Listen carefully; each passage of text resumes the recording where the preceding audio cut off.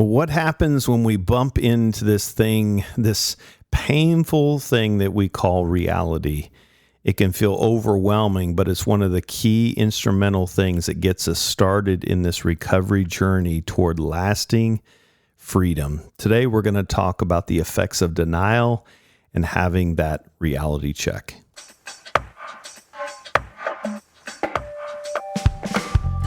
Welcome to Celebrate Recovery Official, the podcast that shares life-change stories, courage, hope, and leadership wisdom, all centered around the Celebrate Recovery principles that come from the Beatitudes, where Jesus tells us how to face our hurts, hang-ups, and habits to live out freedom and the plan, the path that He died for us to live in our life.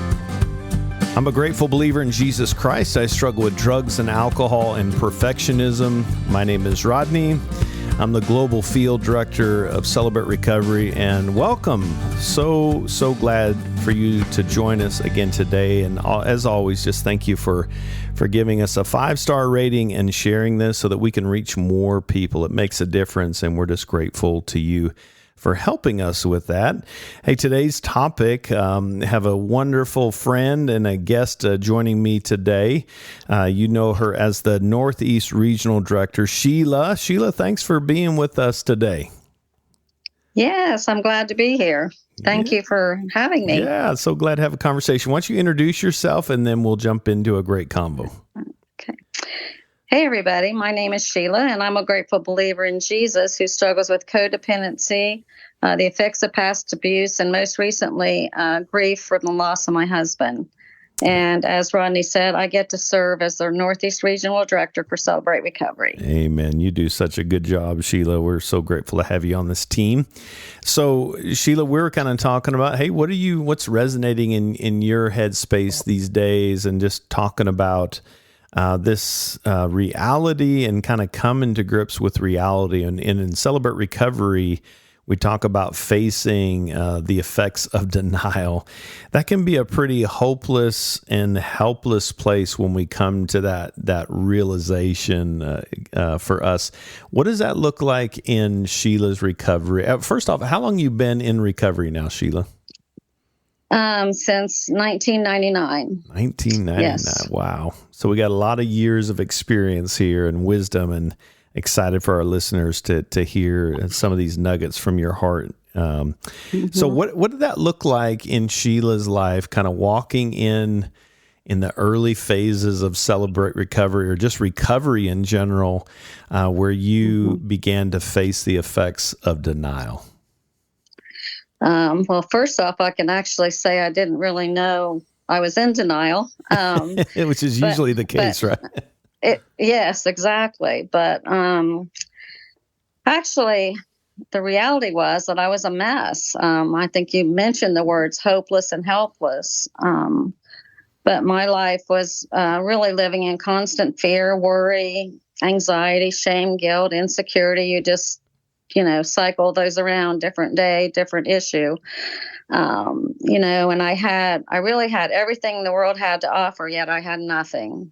There was no peace in my life, no serenity, no joy. And I can just remember going to my first recovery meeting, and it just happened to be a gratitude meeting. And I walked into that meeting, and I was just so far down and out that I couldn't think of one thing that I was grateful for. So, yeah. That is a helpless, hopeless place, isn't it? It was. That's kind of a hard place when we can't even see anything good around us. That's pretty telling of my life is pretty unmanageable right now and a mess. Yeah, absolutely. Yeah. I ended up saying, after hearing other people, I said, well, I guess I'm grateful for this meeting that I'm here today, and that was it. That's all I had. Oh, that's a good start for sure. Right. So we've seen in the Celebrate Recovery process, we talk about kind of the definition of denial.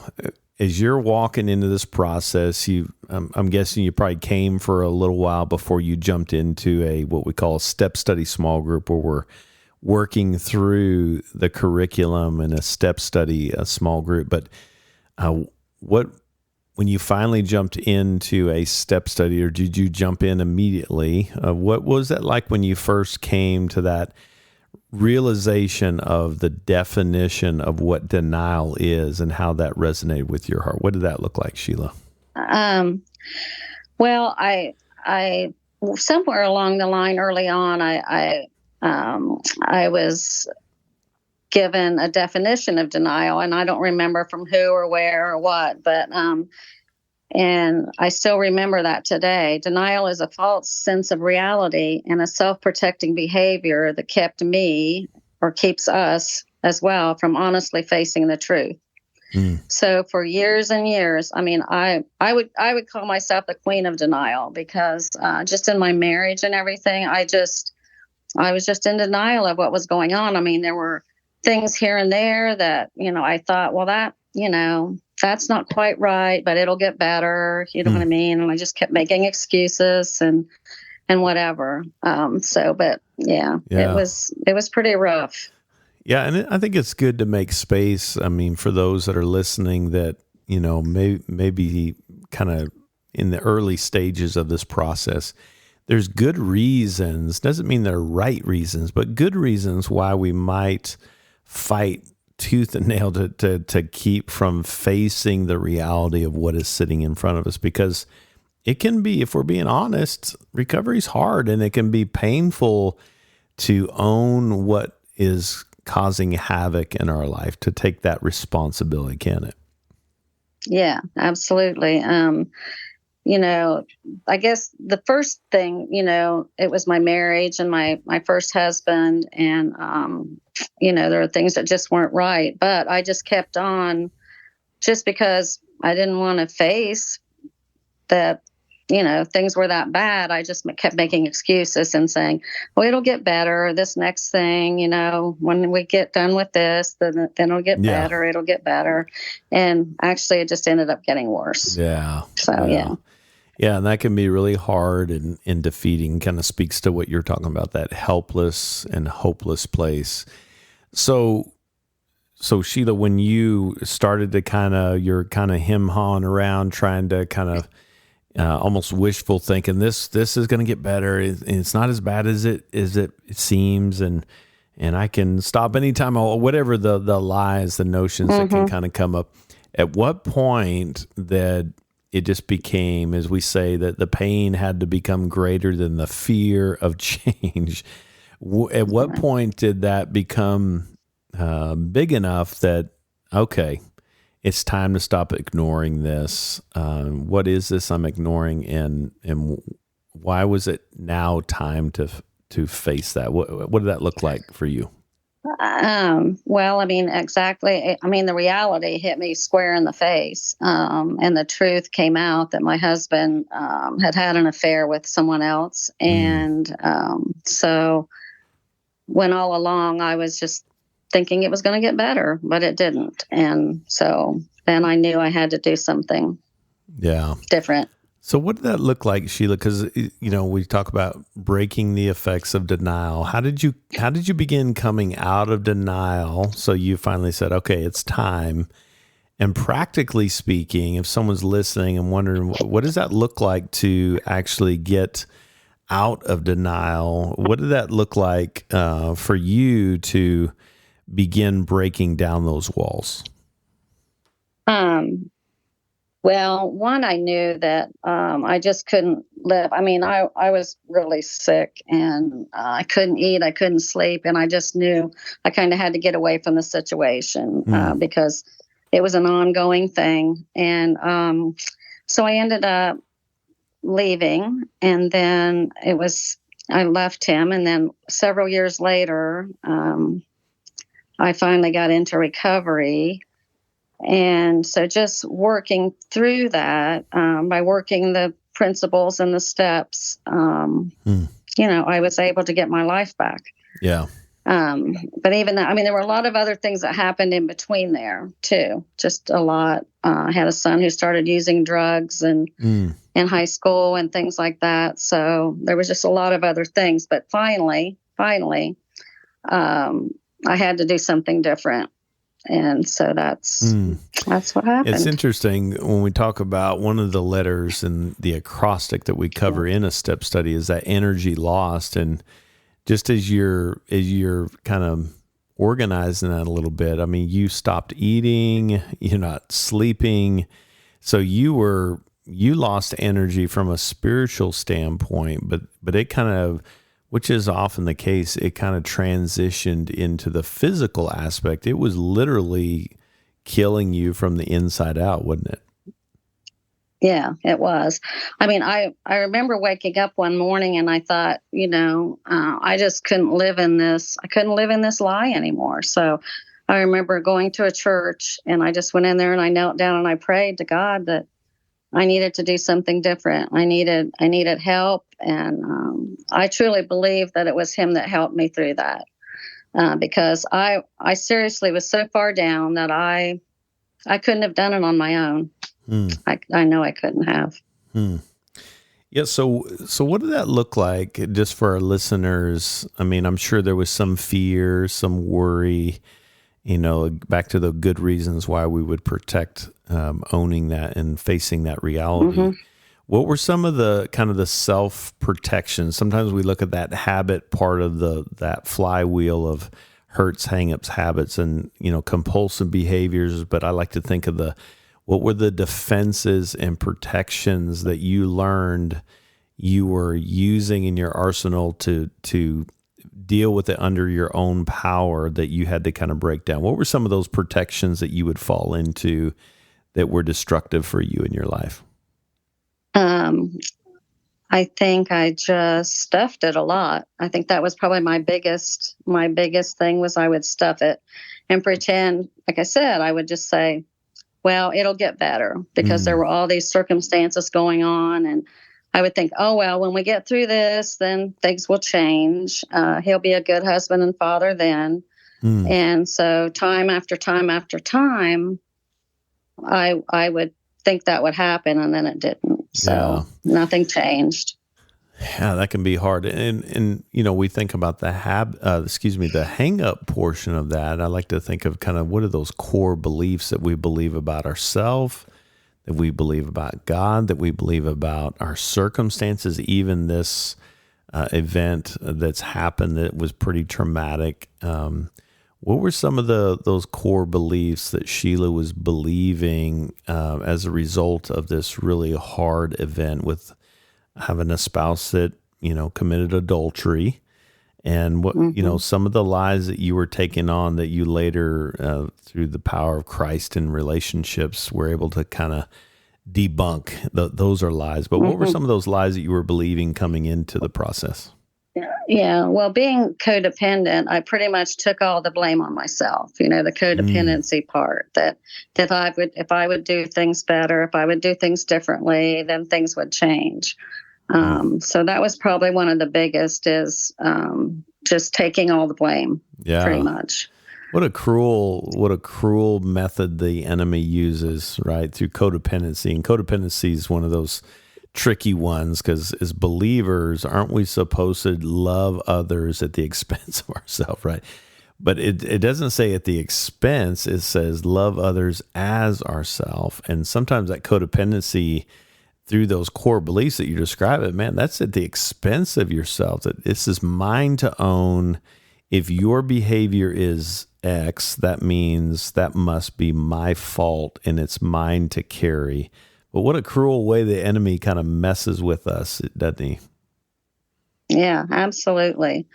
And the other thing, when I married, I believed in my vows, and I didn't believe in divorce. You know what I'm saying? So I just thought I would do whatever it took to make it work until it didn't. Yeah, until it didn't. Yeah. Well, I want to take a quick break right here, Sheila. And when we come back, I want to unpack that, kind of turn the corner a little bit on what that looked like as you began to, as you said, work the recovery principles. And as God was breaking those effects of denial, with some of the fruit that came out of that. So stick with us. We're talking with Sheila, the Northeast Regional Director of Celebrate Recovery, and having a great conversation around the reality check and breaking the effects of denial. When we come back, we'll continue the conversation. Stick with us.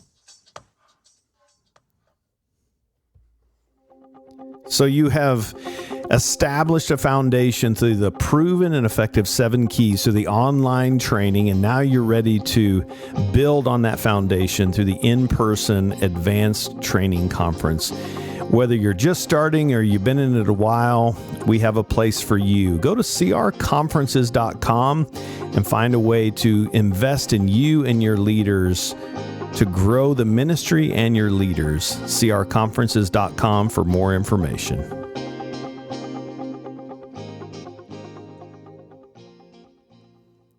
Welcome back. We're talking with Sheila, the Northeast Regional Director. And Sheila, before we went to break, we're just talking about, just that reality of it works until it doesn't. And you began to work these principles and these steps and through the process of Celebrate Recovery.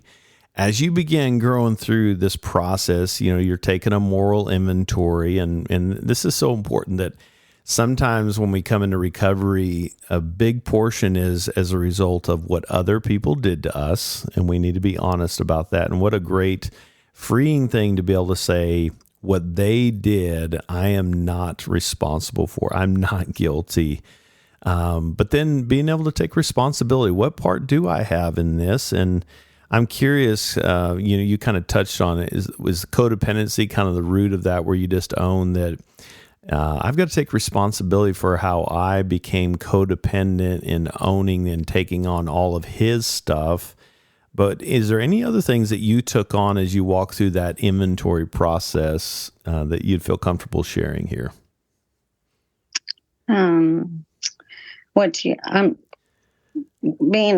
what? Just what some things that you learned about yourself. Some of your tendencies, So, we get into those character defects that we develop, through the process. I'm just kind of curious, and there may not be anything there. I'm just kind of curious, just for our listeners, that as we're trying to own, I'm not responsible for what they did, but now I got to own some things that may have been birthed out of that hurt.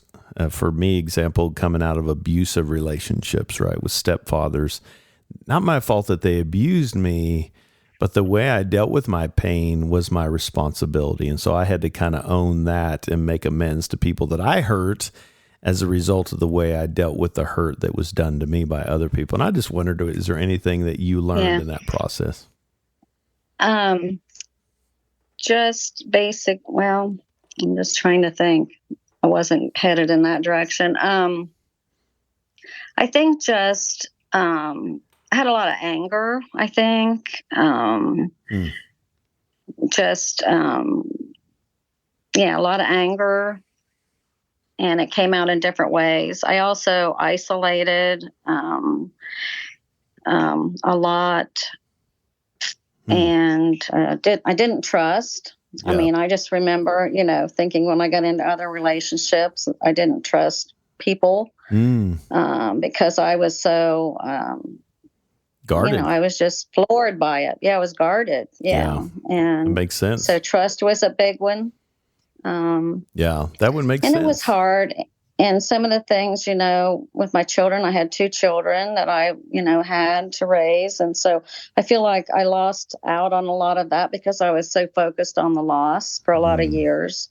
It was hard. Grieving. To grieving it. Yeah. That's a good point. Yeah. So absolutely. Yeah. That's shattered dreams, right? I mean, sometimes when we think about loss, hopelessness, there's always grief in loss and hopelessness. And that, just the loss is kind of connected with shattered dreams. What I thought was, you mentioned your vows. I was committed, and this didn't go the way I thought it was going to go.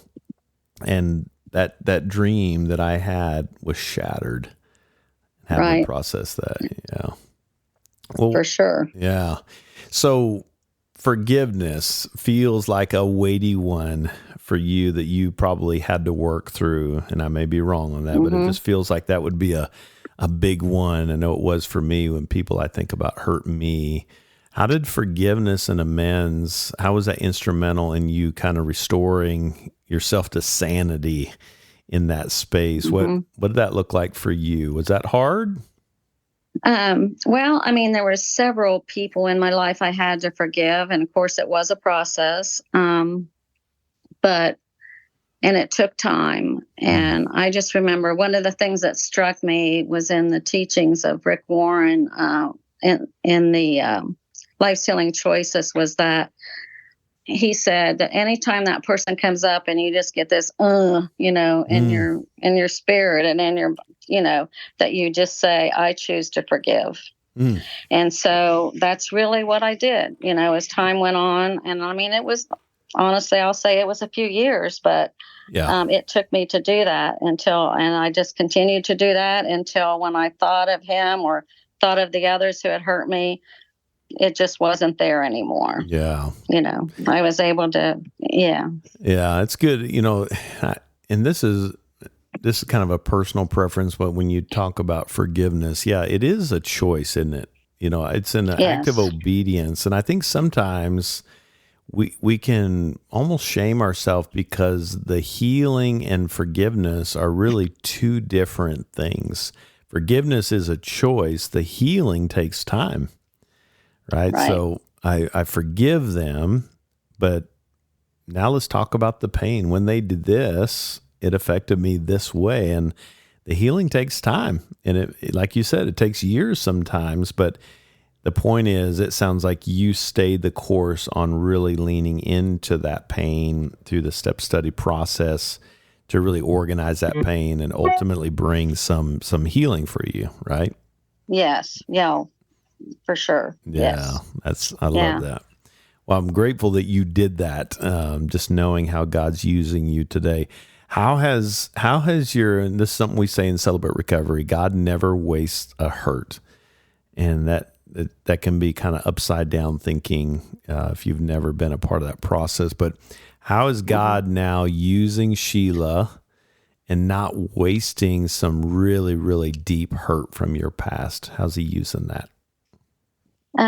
Well, just in the ministry itself. And I mean, just daily, there's people that I'm able to mentor and talk with, other women. Just yesterday at church, there was a lady, we're getting ready to start Life's Healing Choices. And I went out to the Connection Center to be there in case anyone had any questions. And just out of the blue, she says, "Oh, I'm so glad you're doing this." And, and she said, "And I have this and this and this and this and this." And I could just take her and look her in the eye and say, "You are not alone." And I was able to share with her everything that I had been through in my life, and that, and to say, God never wastes a hurt, and he can have you. There's hope for you. And that can be your greatest ministry, because that's what it's become for me. Yeah, I love that. What a gift to be able to look someone in the eye and say, "Me too. I get it." Yeah. I may not know your circumstances exactly, but I have an idea, because we all know what pain is, don't we? Yes. Yeah. Yeah. I've heard you say this, Sheila, but just kind of those first three principles, if you were to summarize that, I'm putting you on the spot, but what would you summarize? That's okay. What would the first three principles, what would be the word that you would associate with those first three principles of Celebrate Recovery if you were telling somebody that's never heard about them? One, realize I'm not God, so that means I can't do this, right? Yeah, right. Number two is there is a God who can restore me to sanity, which he did. So he can. And the third one is I not only have to turn my life over to him, but also turn my will over to him daily. So in other words, I have to surrender it. I have to let him do it, because I am powerless. I tried to do it on my own, and I failed miserably. Yeah. And I've heard you say that I can't, he can, and I have to let him, right? That's, I love that. And that's exactly what you're saying. Such a beautiful, hard way, but that word acceptance, right? Accepting that there is a God and I'm not it. Accepting that my life is unmanageable. Accepting that he has the power. Accepting that I really do matter to him. And accepting that it's time to turn my life and my will over to him. That's a big deal. And those 3 steps, and those 3 steps I use a lot for anything that comes up in my life that if I'm trying to control it, if things aren't going well, I have to stop and say, okay, what are you doing? You know what I mean? You're trying to be God and you're not. And but through that, those 3 principles, and the rest are important. I'm not saying they're not, but those 3 is what gave me life. It gave me a life that I hadn't had before. I love that. For the first time, peace. I could have peace. I could have serenity, joy. You know what I mean? All those fruits that for years was missing in my life. Yeah, I love that. Well, and I love, again, just to reiterate that principle 8, how you're yielding to God to be used to bring this good news to others, both by your words and by your example. Just like that lady saying, looking her in the eye and saying, hey, I see your pain and you're not alone. What a great gift. So with that, Sheila, somebody's listening that's struggling right now and they know their life is a mess, but maybe they haven't come to that place of really being able to see and lean into what's causing havoc. What would you say to someone that's struggling right now to bring some encouragement, considering jumping into this process? Yeah. I don't care what has happened to you, what you've been through. There is hope for you. There is hope. There's nothing too bad, too deep, too low, anything that you've done or has been done to you. There is hope for you as well. I love that. I've been there. Well said. Yeah, I love that. Well, Sheila, thank you so much. I love your heart. I love your wisdom. I got some good nuggets out of this, and I know our listeners did. I just appreciate you, and thanks for all that you do in the Northeast. Some of the finest reps in the country, right? The best reps in the country. Well, I was trying to be careful. There's maybe other regions. I know there's other reps. They're all good. They're all great. Yeah, but I have to brag on mine. Yeah, well, I'm looking forward to hugging some necks.